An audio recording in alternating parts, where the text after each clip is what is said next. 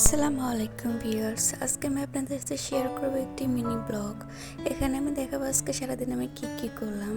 প্রথমে দেখতে পাচ্ছেন যে সকালে আমি নাস্তা করেছি নুডলস এবং চিয়া সিড দিয়ে। আমরা সচরাচর এরকম হালকা নাস্তা করি সকালে। তারপরে দেখতে পাচ্ছেন কি চিংড়ি মাছ। আজকে আমি দুপুরে রান্না করব চিংড়ি মাছের ভুনা। আমরা সকলে জানি যে চিংড়ি মাছটা মানে গলদা চিংড়ি যেটা বড় সেটা ভুনা করলে বেশি মজা হয় ঝাল ঝাল করে পেঁয়াজ দিয়ে। এজন্য এখানে আমি দিব পেঁয়াজ একটু বেশি পরিমাণে এবং একটা রসুন আর 2টা কাঁচামরিচ। দেখছেন সেজন্য আমি পেঁয়াজ রসুন কাঁচামরিচগুলো খুব ভালোভাবে ঝুরি ঝুরি করে কেটে নিব যাতে বেশি বড় না হয়। অনেক সময় দেখা যায় যে পেঁয়াজ একটু বেশি বড় করে নিলে পেঁয়াজটা অনেক সময় সেদ্ধ হইতে চায় না, সেটা কাঁচা কাঁচা থেকে যায় এবং তরকারিটি সেই আসল টেস্টে আসে না। পেঁয়াজ কাটা হয়ে গেলে তারপরে আমি দেখেন চিংড়ি মাছগুলো ভালোভাবে ধুয়ে নিব। যেহেতু চিংড়ি মাছটা আমি পরিষ্কার করে রেখেছি, এখন একটু ভালোভাবে নেড়ে চেড়ে ধুয়ে নিবার। দেখেন আমি খোসাটা ছাড়িয়েছিলাম কিন্তু ভালো দেখা যাচ্ছে না, খোসা সহই আমি রান্না করবো আজকে। চিংড়ি মাছটা ধুয়ে নিয়ে আমি এখন ধুয়ে নিব চাল। যেহেতু আমি দুপুরে ভাতও রান্না করব, আজকে বেশি কিছু করবো না, আমি শুধু রান্না করব চিংড়ি মাছের ভুনা এবং ভাত। চালটা আমি সুন্দরভাবে ধুয়ে নিব প্রথমে।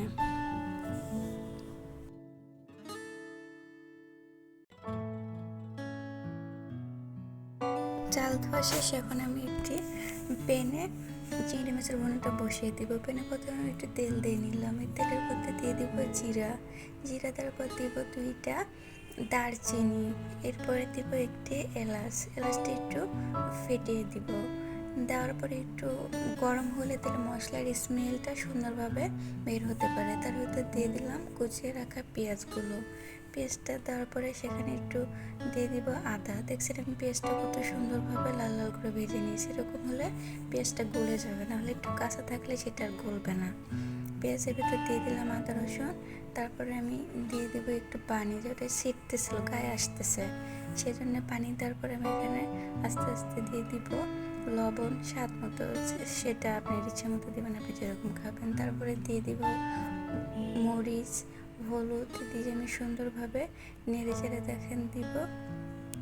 দেওয়ার পর সেটা একটু কড়া আছে ভালোভাবে চাল দিয়ে নিব। তারপর যখন দেখবো যে পানিটা শুকিয়ে তেল বেরোচ্ছে সেই সময় আমি দিয়ে দিব চিংড়ি মাছগুলো ধুয়ে রেখেছিলাম। যে চিংড়ি মাছ দিয়ে নাড়াচাড়া করার পরে তখন আমি দেখছেন কত সুন্দর কালার আসছে, মনে হচ্ছে এখনও খাই।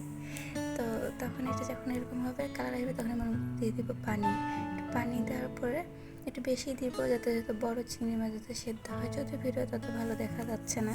এদিকে আমি ভাত রান্না করতেছি আর এখানে আমি চিংড়ি মাছটা ভুনা করতেছি। দেখেন অনেকক্ষণ জ্বালতে পর চিংড়ি মাছটা আমার এরকম হয়েছে, ভুনা কত লোভনীয় লাগছে দেখতে। আমি আর একটু জাল দিয়ে নিব। যখন দেখবো যে তেল গড়ে গড়ে আসতেছে, মানে তেল বের হয়ে গেছে তরকারি থেকে, তখন আমার রান্নাটা কমপ্লিট হবে।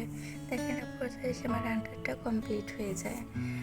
আমার রান্নাটা হয়ে যাওয়ার পরে আমি তখন আমার রান্নাঘরটা সুন্দরভাবে মুছে নিচ্ছিলাম আর কি। রান্নার পরে রান্নাঘরটা মুছে না নিলে ভালো লাগে, এটা সবাই করে, আপনারা করেন সেটা আমি জানি। রান্নার ঘরের পাশাপাশি যে সিঙ্ক আছে, সিঙ্ক টিং যা কিছু আছে সব কিছু ভালোভাবে পরিষ্কার করে নিচ্ছি।